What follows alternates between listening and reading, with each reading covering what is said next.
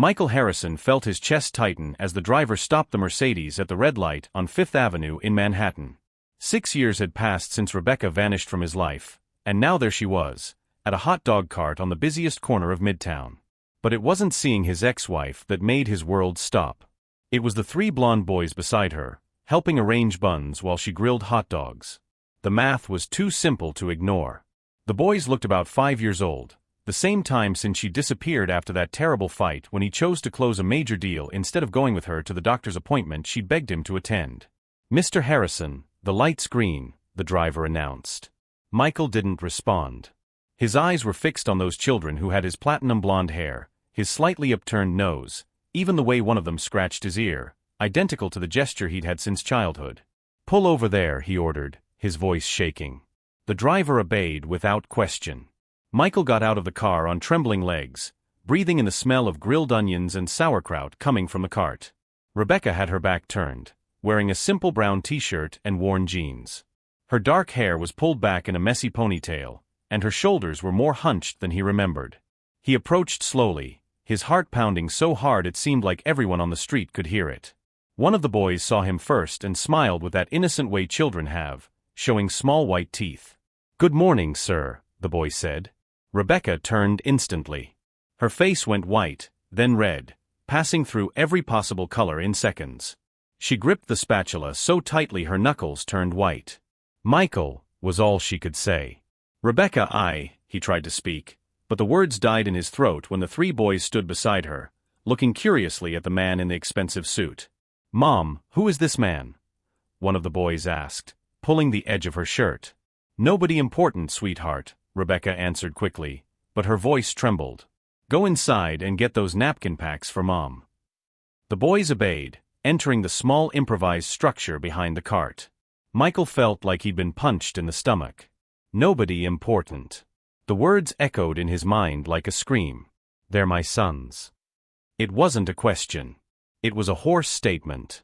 Rebecca wiped her hands on the sugar-stained apron and looked at him steadily with those brown eyes he'd loved so much.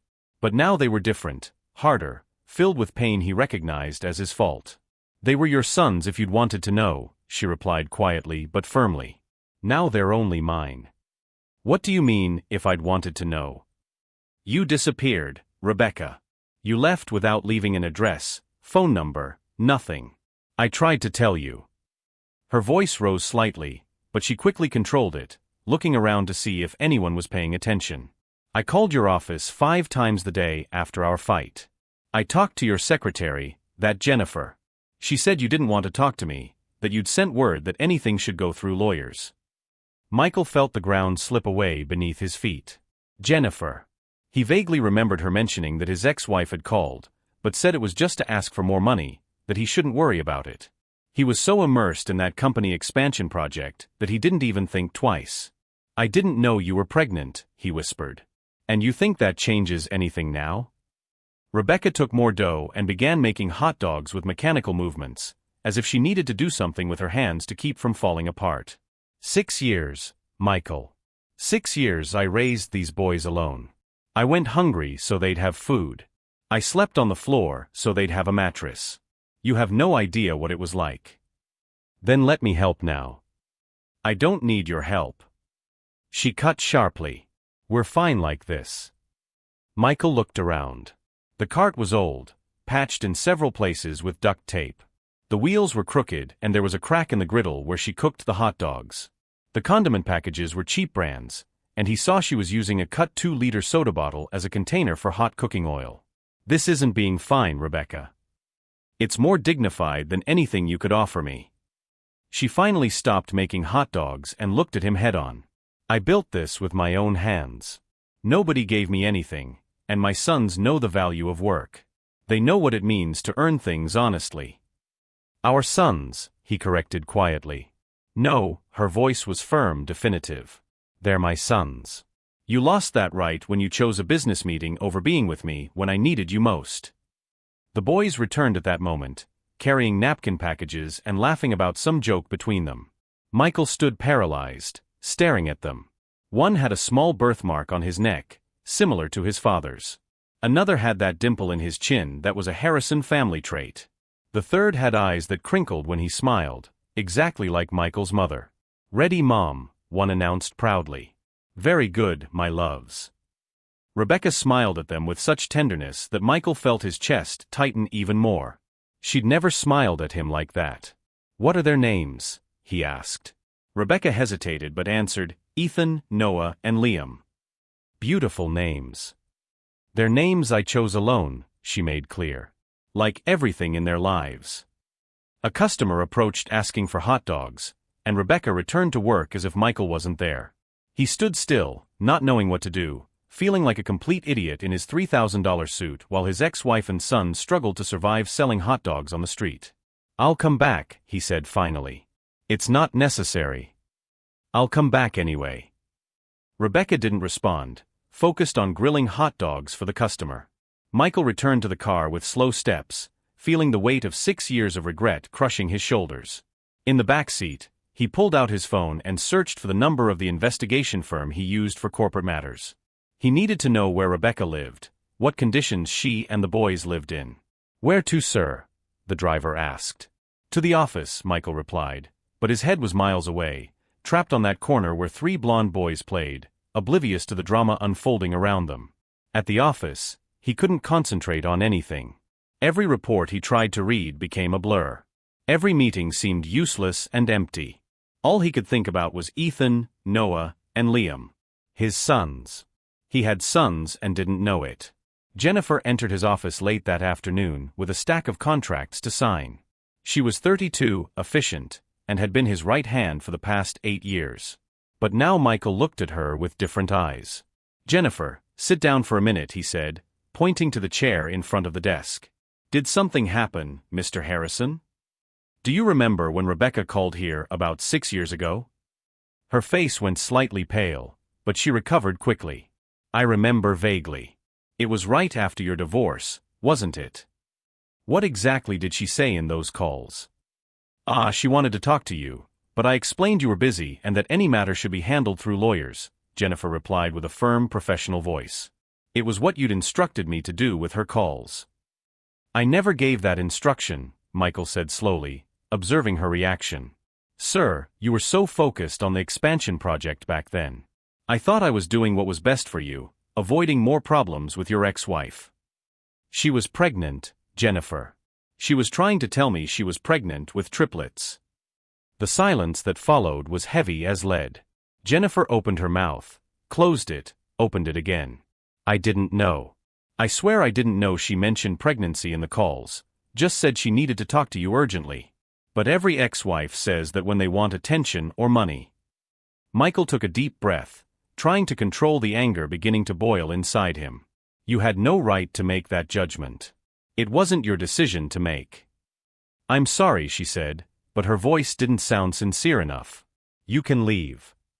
When Jennifer left the office, Michael sank into his executive chair and covered his face with his hands. 6 years. 6 years of lost birthdays. First words not heard. First steps not seen. 6 years of Rebecca fighting alone while he built an empire that now seemed empty and meaningless. If this story is already hitting your heart, smash that like button right now. Subscribe because what happens next is going to make you rethink everything you thought you knew about success. Comment where you're watching from. I want to know where all of you are. Let's continue, because Michael is about to discover just how much his choices cost. The investigator called the next day with complete information. Rebecca lived in a studio apartment in the Bronx, the rough part. She paid $800 rent and shared the bathroom with 3 other families. She woke up at 5 a.m. to prepare hot dog ingredients, took the boys to a community daycare at 7, worked from 8 a.m. to 7 p.m. on the street, picked up the kids, and got home at 8 to bathe them, have dinner, and put them to bed. After that, she cleaned the cart and prepared everything for the next day, usually sleeping only 4 or 5 hours a night. Michael felt a lump in his throat hearing every detail. Rebecca had always been strong, but nobody deserved that life of sacrifice. And the boys, his boys, were growing up in precarious conditions while he lived in a 5,000-square-foot penthouse and had 3 cars in the garage. He returned to the hot dog cart the next day, this time without the flashy car. He walked, wearing jeans and a simple shirt. Rebecca saw him from afar, and her face immediately closed. I thought I made it clear I don't want you here. The boys aren't here, he observed. They're at daycare where they should be, learning, playing with other kids, having a normal childhood within what's possible. Rebecca, we need to talk. We have nothing to talk about. You've seen, satisfied your curiosity. Now you can go back to your perfect life. My life isn't perfect, he said quietly. Not without you. She let out a bitter laugh while filling hot dogs with chili. How funny. 6 years ago your life was too perfect to have space for me. What changed? I changed. Or at least I'm trying to change. Too late. She wrapped the hot dogs for a customer who just arrived and made the sale with a professional smile that disappeared as soon as the person walked away. Michael stood there beside the cart, ignoring the curious looks from other street vendors in the area. He recognized some faces, people who'd been working there for years, and felt ashamed for never really looking at them before. To him, they were just part of the city landscape, invisible in his daily rush. At least let me help financially, he tried again. No. Rebecca, be reasonable. They're my sons too. I have a right. Right. She turned so fast the spatula almost flew out of her hand. You want to talk about rights? Where was your sense of duty when I went through the entire pregnancy alone, scared, not knowing if I could handle everything? Where was it when I had to give birth in a public hospital bed alone, with nobody to hold my hand? Where was it on nights when they cried sick and I didn't have money even for the cheapest medicine? Each word was a stab. Michael felt tears burning in his eyes but didn't let them fall. I didn't know. And whose fault is that? Her voice broke. I tried, Michael. I tried to tell you, but you were too busy building your empire to care about what you destroyed. Let me fix this now. Some things can't be fixed, she turned her back again. You just learn to live with them. Michael stayed there 20 more minutes, silent, just watching. He saw how she treated each customer with sympathy, even the rudest ones. He saw how she cleaned the cart between orders, keeping everything impeccable despite the precarious tools. He saw the determination in every movement, the strength he'd always loved but never knew how to value. When he finally left, he stopped by a toy store. He bought remote control cars, Play-Doh kits, educational games, children's books, filled 3 bags with gifts and returned to the hot dog cart. What's this? Rebecca asked, seeing the bags. Gifts for the boys. Take them away. Rebecca. Take them away, she said louder, drawing some passers-by's attention. You can't just show up after 6 years and buy their love with expensive toys. That's not what I'm trying to do. Then what is it? She crossed her arms. You think you can make up for 6 years of absence with remote control cars? Michael looked at the bags in his hands. Suddenly they seemed ridiculous, inadequate, a pathetic attempt to buy what can't be bought. You're right, he said quietly. I'm sorry. I didn't think it through. He turned to leave with the bags, but her voice stopped him. Leave them there. What? The bags. Leave them there. Rebecca sighed, tired. The boys will like them. Just don't show up expecting them to treat you like a father because of this. I understand. Michael left the bags on the ground beside the cart and walked away with his heart a little less heavy. It was a small start, but it was a start. That night he stayed late at the office, but not working. He was looking at old photos from when he and Rebecca were married. They met in college, he studying business administration, she studying early childhood education. She wanted to be a teacher, dreamed of opening a community school for needy children. He wanted to build companies, make money, prove to his father who died young that he could be successful. At first they balanced well. She supported his projects. He encouraged her dreams. They married young, full of plans and promises. But as the company grew, Michael distanced himself. Late meetings became routine. Business trips took up weekends. Romantic dinners were replaced by quick meals between commitments. Rebecca held on for 3 years. She tried to talk, tried to make him see he was losing balance, but Michael was blinded by ambition, deaf to everything that wasn't profits and growth. The last straw was that doctor's appointment. She'd asked him 3 times to go with her, said it was important, that the doctor needed to talk to both of them. But he scheduled a meeting with Japanese investors at the same time and chose business. When Rebecca came back from that appointment, she was different, quiet, distant. 2 days later, she packed her bags and disappeared. Michael barely noticed at first, so absorbed was he in the expansion project. When it finally hit him, she'd already changed her phone number, closed her social media, disappeared completely. He tried to find her during the first weeks, but without much effort. Deep down, part of him felt relieved. Without Rebecca demanding attention, he could dedicate himself completely to work. The divorce was handled by lawyers. She didn't ask for anything beyond her small share they had together, which barely covered buying a simple car. And now, 6 years later, Michael understood the true price of those decisions. It wasn't the money he'd made or lost. It was his son's laughter he never heard. It was the first words he didn't witness. It was the chance to be a father from the beginning, to be present, to build memories that were now just empty holes in his life. Michael sent Rebecca a text without even knowing if she'd read it. "I'm sorry for everything. I know I can't turn back time, but I want to be present from now on. It doesn't have to be like before. I just want to know our sons. Please." The response came 2 hours later, when he was almost asleep on the office couch. "They wake up at 6:30. If you really want to know them, come to my place tomorrow at that time. I'll send the address. But there are rules. Don't tell them you're their dad yet. Don't promise anything you won't deliver. Don't bring gifts. If you can't follow this, better not come." Michael read and reread the message. He responded simply, "I'll be there." He didn't sleep that night. He lay there staring at the ceiling, thinking about what it would be like to see the boys at home, in their environment. What kind of kids were they? What did they like? Were they messy or neat, talkative or shy? He knew nothing about his own sons, and that hurt more than any business failure. At 5:30 a.m. he was already up, showering, choosing casual clothes. No suit, nothing screaming money. Jeans, simple white t-shirt, sneakers. He wanted to seem approachable, didn't want the boys to be scared of him. The address Rebecca sent was in a neighborhood Michael had never visited. Narrow streets, houses stuck together, electrical wires tangled forming spiderwebs between poles. He parked 2 blocks away, afraid the imported car would draw too much attention or get stolen. The house was small, 2 stories, painted a faded yellow that had probably been vibrant many years ago.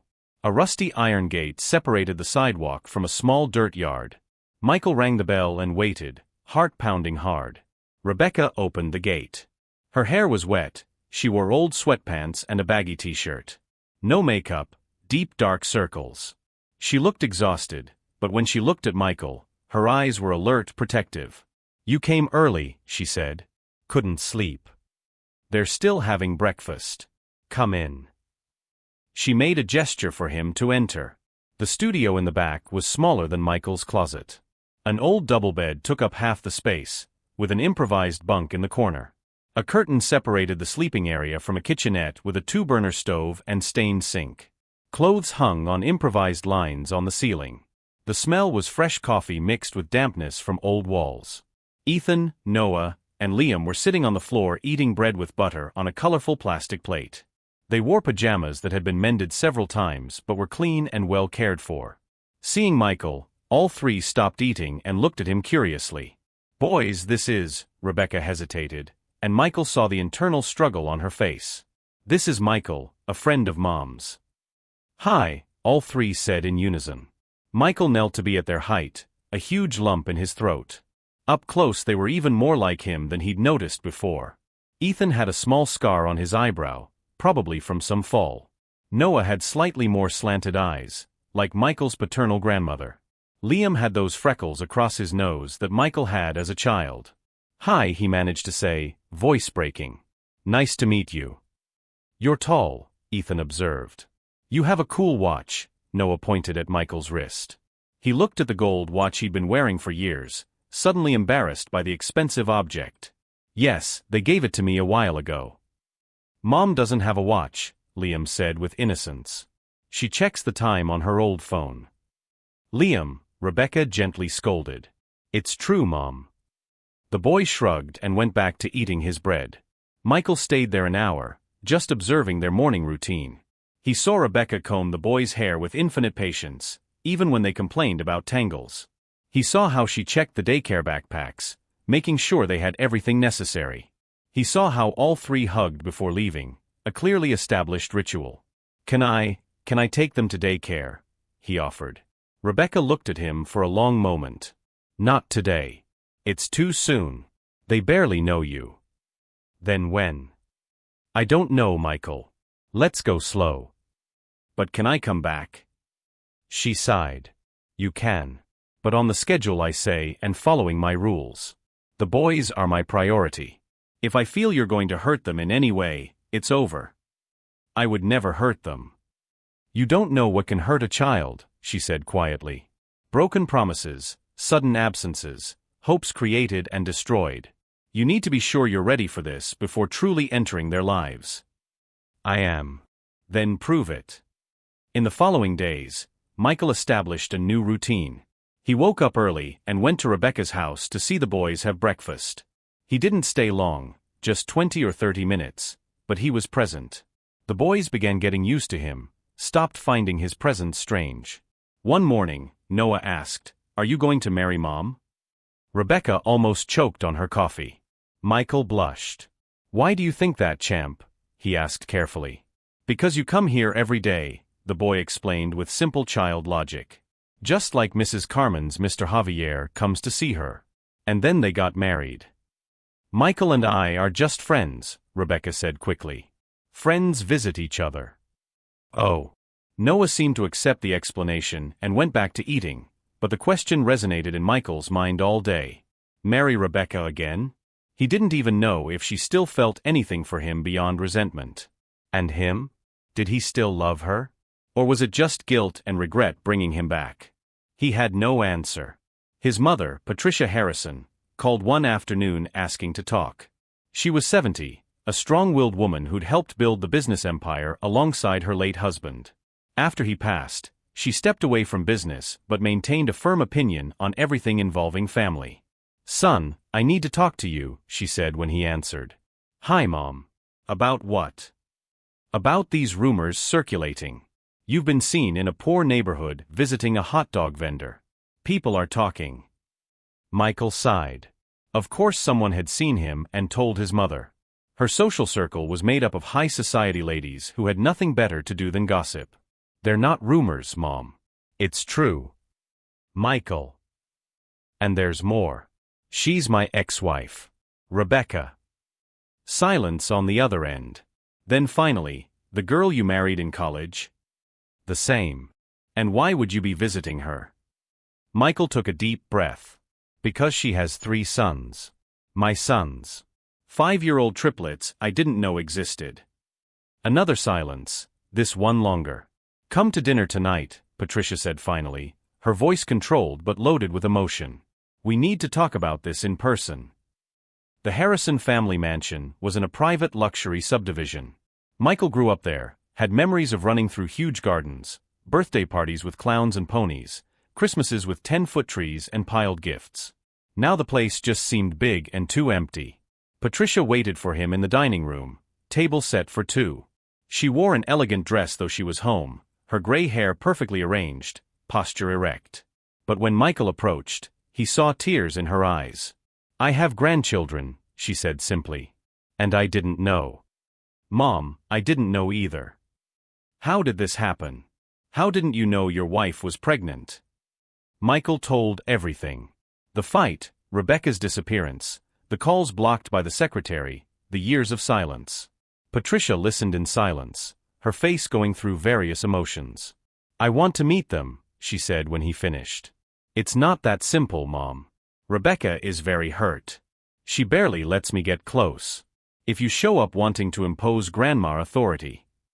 "Do you think I'm that insensitive?" Patricia asked, hurt. "I know this situation is delicate. But they're my grandchildren, Michael. My blood. Your sister was only 3 when your father left us, and I never had the chance to have more children. These boys are the continuation of our family." "I understand, Mom, but we have to go slowly. Let me prepare the ground first." "How long?" "I don't know. However long Rebecca needs to trust me again." Patricia reluctantly agreed, but Michael could see she was impatient. He knew his mother well enough to know she wouldn't wait long. A few days later, he was at the hot dog cart during lunch break. Rebecca had started tolerating his presence, sometimes even talked while working. Nothing deep, just small talk, but it was progress. "My mom knows," Michael said suddenly. Rebecca spilled mustard on the counter. "What do you mean she knows?" "Someone saw me here and told her. I confirmed everything. She wants to meet the boys." "No, Rebecca." "I said no, Michael." She wiped the mustard with abrupt movements. "It's not enough that you show up here every day. Now you want to bring your mother to complicate things more. She's their grandmother. And where was she all these 5 years? Where was anyone in your family when I needed them?" "They didn't know. Just like I didn't know." Rebecca stopped and looked at him steadily. "And you think that matters to my sons' hearts? You think they need a rich grandma suddenly showing up wanting to play matriarch? They already have a life, Michael. Simple, but stable. I won't let you mess it up. I don't want to mess anything up. I just want to be part. You can't just decide to be part." Her voice rose. "It doesn't work like that. You can't show up and expect us to fit into your perfect life." Other vendors were now staring. Rebecca realized and lowered her tone, but the anger was still there. "Leave, Michael. Today's not a good day." He left but didn't give up. He kept showing up the following mornings. Rebecca ignored him most times, but he was there, present, constant, showing he wasn't going to disappear again. 1 week later, Ethan fell in the daycare yard and broke his arm. The director called Rebecca, who left the hot dog cart in the middle of the street and ran to the municipal hospital. Michael found out because he'd given his number to the daycare director, asking to be notified if any emergency happened with the boys. He arrived at the hospital and found Rebecca in the waiting room, carrying Noah in her lap while the boy cried. She was pale, hands shaking. "How is he?" Michael asked. "They're still doing tests." Her voice came out trembling. "It might have affected the nerve. He's in so much pain, Michael. My baby's in pain and I can't do anything." It was the first time she hadn't sent him away. Michael sat beside her, and for a moment they were just two worried parents. "He'll be fine," Michael said, though there was no way to know. "He's never broken anything." "I was always so careful," Rebecca sobbed. "But I can't be in 2 places at once. I can't work and watch them all the time." "You do the best you can. This was an accident." "It's an accident I could have prevented if I'd been there. If I didn't have to work so much, if I could be more present." A doctor finally appeared, calling for Ethan Gonzalez's mother. Rebecca jumped up, almost dropping Noah. "How is he, doctor?" "Simple forearm fracture. We've put the cast on. He'll need to wear it 6 weeks, but should recover completely." Rebecca almost collapsed with relief. Michael held her arm, supporting her. "Can I see him?" "Of course. He's awake, a bit groggy from the medicine, but fine." They went in together to the room where Ethan lay on a gurney, his little arm in a cast resting in a sling. Seeing his mother, the boy started crying. "Mom, it hurts so much." "I know, my love, I know." Rebecca kissed his forehead repeatedly. "But it's over now. You were very brave." Mr. Michael came too, Ethan noticed, and a little smile appeared on his tear-stained face. "Look at my cast, it's hard as a rock." "I saw." "Very cool," Michael said, voice breaking. "Can I draw on it?" Noah asked. "Sure, brother. Later you can make a really cool drawing." The hospital bill came right away. It wasn't much, but for Rebecca it was practically everything she'd saved in recent months. Michael saw her count and recount the bills, her face growing more anxious each time. "Let me pay it," he said quietly. "No. Rebecca, for God's sake, put your pride aside for a second. He's my son too. I can handle it." "I know you can." Michael grabbed her shoulders, forcing her to look him in the eyes. "You've always been able to handle everything alone. But you don't have to anymore. Let me help. Please." Rebecca looked at Ethan on the gurney, at Noah holding tight to her shirt, at the envelope with money in her hand. And finally, for the first time in 6 years, she gave in. "Okay.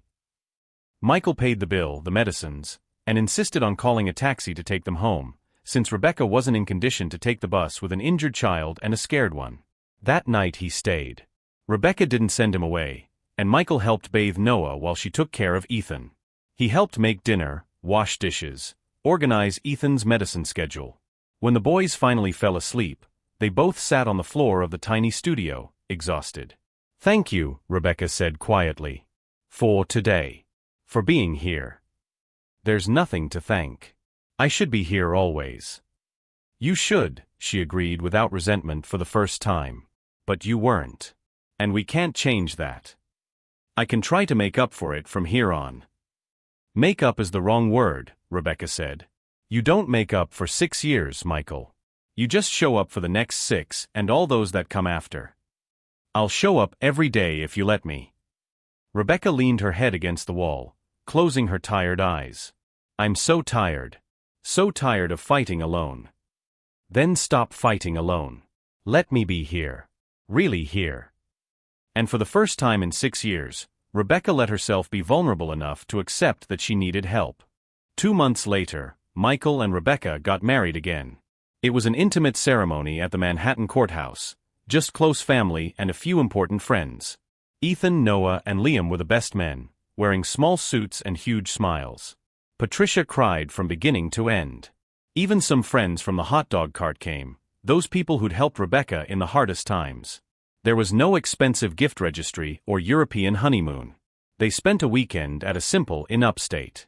Just the 4 of them, building memories as a complete family for the first time. "Now we're a real family," Noah declared at the inn's breakfast. "We always were," Rebecca gently corrected. "But now we have the paper to prove it." "Paper is just paper," Ethan said with wisdom beyond his years. "What matters is that we love each other." Michael and Rebecca exchanged a look. Despite all the mistakes, all the difficulties, they'd raised 3 incredible boys who understood what truly mattered. The following years were constant building. Not everything was perfect. There were still arguments, hard days, stressful moments. Liam developed anxiety at school at 7 and needed psychological support. Noah went through a rebellious phase at 8. The new school where Rebecca worked had serious management problems, and she thought about giving up several times. But they faced everything together. They went to Liam's therapy sessions, learned techniques to calm anxiety, helped him process his emotions. They established clear but loving boundaries with Noah, understanding that rebellion was a test to see if his parents would still be there even when he acted out. Michael supported Rebecca when she decided to leave the problematic school and open her own community school. He invested in it, not as boss or controller, but as partner. It was small, just 1 adapted room in a rented house, serving 15 children from low-income families. Rebecca didn't earn much, but she was radiant. It was her dream finally realized. "Look at this," she told Michael one afternoon, watching the children play. "We went from a hot dog cart to this. Who would have thought?" "You were always amazing," Michael replied. "You just needed an opportunity." "We needed an opportunity," she corrected. "Both of us. And we got it." On the triplets' 10th birthday, the whole family gathered for the party. It wasn't just Rebecca, Michael, the boys, and Patricia anymore. Now there were cousins, aunts and uncles, friends who become family.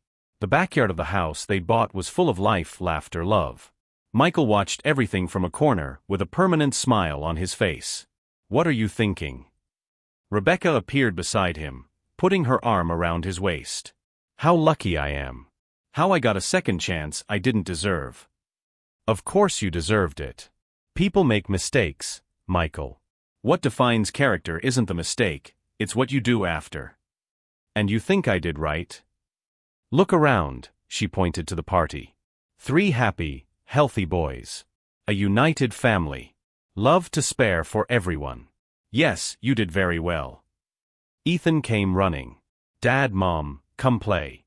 Grandma's organizing a dodgeball game." They looked at each other and laughed. "Let's go," they said in unison. As they ran to the game, Michael took Rebecca's hand. She squeezed back. They didn't need words. Rebecca's school grew. In 3 years it had 3 classrooms, 6 teachers, and served 50 children. She implemented a system where parents who could pay helped finance scholarships for those who couldn't. It was small compared to educational empires, but the impact was immense. Michael got involved too, using his management experience to help with administration, fundraising, strategic partnerships. But always behind the scenes, always letting Rebecca shine. It was her project, her dream. At 12, Noah declared he wanted to be a chef. Ethan wanted to be a child psychologist. Liam dreamed of being an architect. Normal ambitions that could change 1,000 times, but they were encouraged. You don't have to decide now, Michael said in a conversation about the future. You have plenty of time to discover who you want to be. But what if we're not as successful as you, Dad? Ethan asked with adolescent insecurity. Success isn't measured in money or status, Michael said firmly. It's measured in peace, in relationships, in waking up happy with the life you built. If you achieve that, you'll be more successful than I ever was in those years when I had everything but had nothing. Rebecca, listening from the kitchen, smiled. Michael had truly changed. He never went back to being the workaholic he'd been. He maintained balance, the right priorities. When Ethan turned 16, he wrote a book about the family's story, a beautiful narrative about second chances and redemption that became a surprise bestseller. Look what you created, Michael said one night, browsing the book for the 10th time. What we created, Ethan corrected. You lived it. I just wrote it. On their 15th wedding anniversary of the second marriage, Michael and Rebecca sat on the house's porch, watching the sunset. Do you regret anything? She asked. I regret the 6 years I lost. But I don't regret the path that brought us here. Because everything we went through made us who we are. We made it, Rebecca said. Against all odds. We made it. Because we chose each other. Every day. Even on the hard days. She leaned her head on his shoulder. I love you, Michael Harrison. I love you, Rebecca Harrison. Today, tomorrow, always. And as the sun set, painting the sky orange and pink, they stayed there, two people who'd lost everything and found each other again, who learned that true success isn't measured in bank accounts but in the love that fills a home, in the laughter of sons who became men, in second chances that became forever. The hot dog cart, rusty and patched, still sat in the garage, not as a reminder of poverty, but as a monument to resilience. Every year on the boy's birthday, they'd set it up and make hot dogs for the whole neighborhood, a tradition reminding everyone, no matter how far you go, never forget where you came from. Because sometimes you need to lose everything to understand what really matters. And what really matters is family, presence, love.